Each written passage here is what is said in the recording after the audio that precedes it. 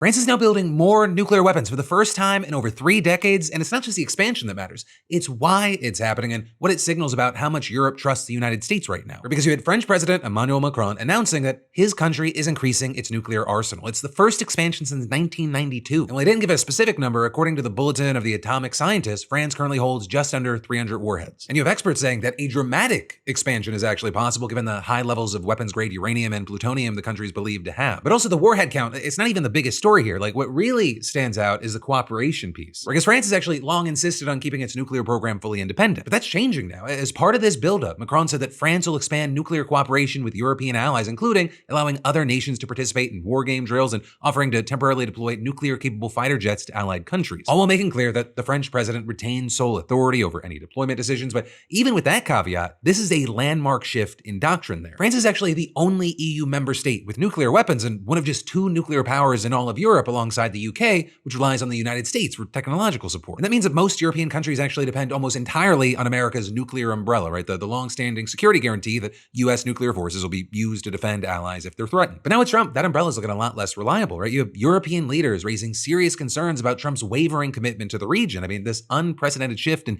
US foreign policy that has shaken decades of transatlantic security beliefs. And in fact, Macron framed the expansion as a direct response, citing a recent US national security strategy that signaled a clear, quote, reorganization of American priorities. And he argued that this should push Europe to, quote, take more direct responsibility for its own security. Or in other words, if America won't guarantee Europe's safety anymore, France is volunteering to start filling that gap. As far as why this matters, I think it's really important that people understand what's happening here. A major Western democracy is expanding its nuclear arsenal for the first time in 33 years, not because of a new enemy. Yes, they're worried about Russia, but also because it no longer trusts its oldest ally to actually show up. The fingerprints of that fact, they're on everything that's happening right now. And also, we should expect to see the ripple effects going beyond France, right? If this leads to a broader European push toward independent nuclear deterrence, it fundamentally reshapes the global security order that's held since the Cold War. And ultimately, one of the biggest questions now is whether this is going to make Europe and its allies safer, or we're just entering a new arms race. And that's on top of the arms race it already felt like we were having.